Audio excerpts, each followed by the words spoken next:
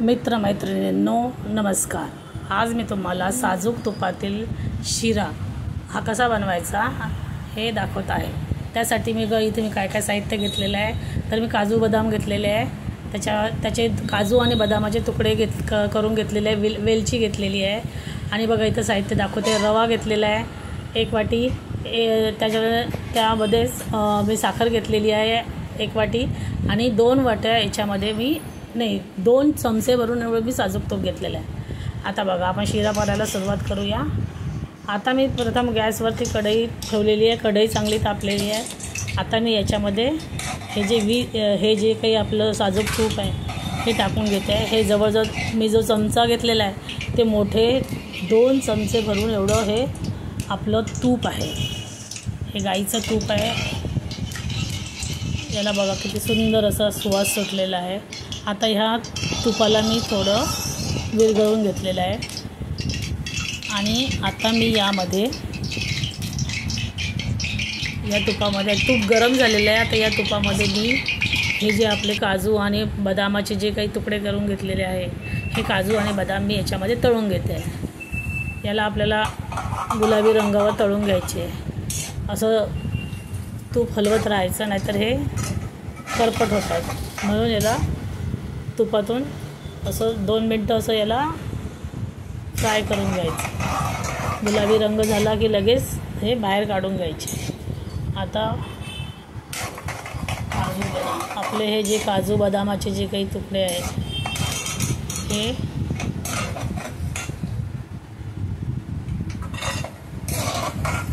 हे बघा अशा पद्धतीने आपले हे जे तुकडे आहे हे आपण काढून घेतलेले आहे।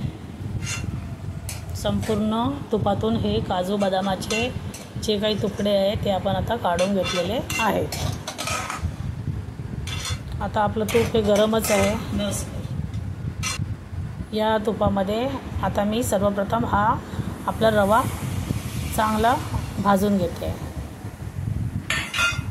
बघा हा जो रवा आहे हा चांगला याच्यामध्ये भाजून घ्यायचा आहे तुपामध्ये। खमंग असा हा रवा भाजायचा आपल्याला, त्यामुळे याला सतत हलवत राहायचं, नाहीतर आपला रवा हा खाली जळू शकतो। त्यामुळे रव्याला सारखं हलवत राहायचं। मस्तपैकी या तुपामध्ये हा रवा आता मी चांगला थोडासा गुलाबी रंग येईपर्यंत असा आपला हा रवा मी भाजून घेते। बघा त्यामध्ये तूप पण दिसते, तूप हे असं सुटायला लागते आणि आपला रवा हा असा खमंग असा भाजून होतो। बघा अशा पद्धतीने आपला हा रवा भाजून झाला आहे। आता यामध्ये मी जे तळून घेतलेले काजू आणि बदामाचे जे तुकडे होते हे यामध्ये मी टाकून घेते आणि त्याच्याबरोबर त्याला मिक्स करून याला सुद्धा भाजून घेते। बघा अशा पद्धतीने बघा